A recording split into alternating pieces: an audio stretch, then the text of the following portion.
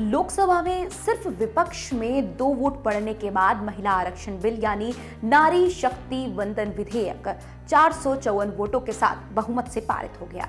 चलिए आपको बताते हैं कि कौन हैं वो 2 सांसद जिन्होंने इस बिल के खिलाफ वोट दिया। मगर उससे पहले अगर आपने अब तक लोकमत हिंदी के YouTube चैनल को सब्सक्राइब नहीं किया है तो कर लें, ताकि हम आप तक के ऐसे ही जानकारी भरे वीडियोस आसानी से पहुंचा सकें। नमस्कार, मैं हूं सत्या द्विवेदी, आपके साथ लोकमत हिंदी में आप सभी का स्वागत है। लोकसभा में 2 दिन तक चली लंबी बहस के बाद महिला आरक्षण विधेयक पर मुहर लग चुकी है। ये विधेयक 2/3 बहुमत से पारित कर दिया गया है। लोकसभा में विधेयक के पक्ष में 454 वोट पड़े, जबकि इसके विरोध में 2 मत पड़े। बिल के खिलाफ AIMIM के प्रमुख असदुद्दीन ओवैसी और उनकी ही पार्टी के सांसद इम्तियाज जलील ने वोट किया।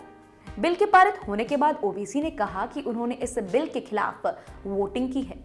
ओवैसी ने कहा कि संसद में कम प्रतिनिधित्व वाली OBC और मुस्लिम महिलाओं को कोई कोटा क्यों नहीं दिया जा रहा है।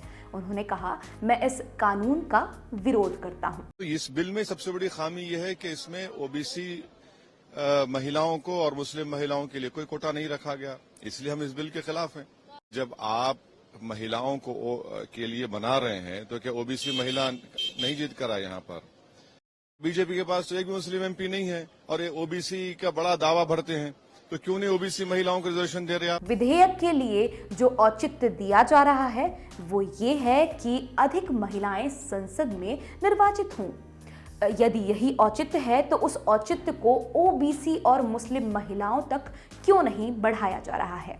असदुद्दीन ओवैसी ने कहा कि हम जानते हैं कि मुस्लिम महिलाएं आबादी का 7% है, लेकिन इस लोकसभा में उनका प्रतिनिधित्व केवल 0.7% है। माजी में भी जब इस तरह का एक बिल इंट्रोड्यूस हुआ था, चाहे वो 96 में हो या फिर जब यूपीए की सरकार थी, हमारी पार्टी ने उसका अपोज इसलिए किया था कि हमने इस बात का डिमांड किया था कि उसमें OBC महिलाओं के लिए और मुस्लिम महिलाओं के लिए रिजर्वेशन होना चाहिए।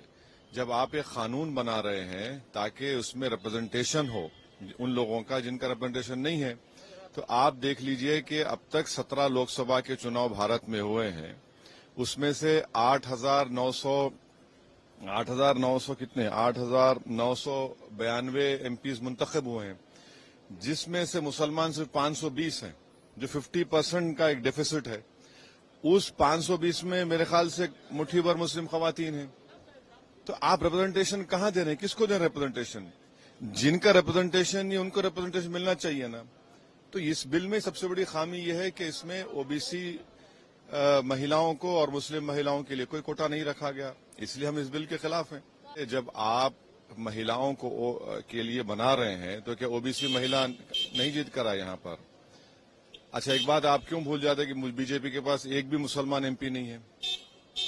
50% का डेफिसिट है मुसलमानों के, लेकिन माने 8,992 में सिर्फ 520 जीते। अगर आबादी से देखा जाए तो 1,070 जीतना चाहिए था।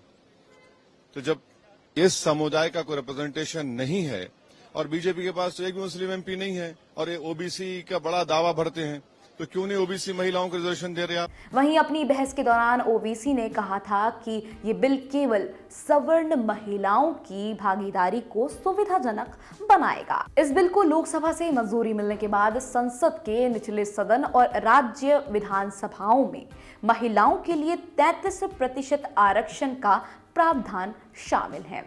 इससे संबंधित संविधान विधेयक 2023 पर करीब 8 घंटे की चर्चा के बाद लोकसभा ने 2 के मुकाबले 454 वोट से अपनी मंजूरी दी। सदन में कांग्रेस, सपा, द्रमुक, तृणमूल कांग्रेस समेत सभी विपक्षी दलों ने विधेयक का समर्थन किया। हालांकि असदुद्दीन ओवैसी के नेतृत्व वाले ऑल इंडिया मजलिस-ए-इत्तेहादुल मुस्लिमीन ने विधेयक का विरोध किया। सदन में ओवैसी समेत AIMIM के 2 सदस्य हैं और दोनों ने ही इस विधेयक का विरोध किया। फिलहाल इस वीडियो में इतना ही। देश और दुनिया से जुड़ी खबरों के लिए लोकमत हिंदी को जरूर सब्सक्राइब करें।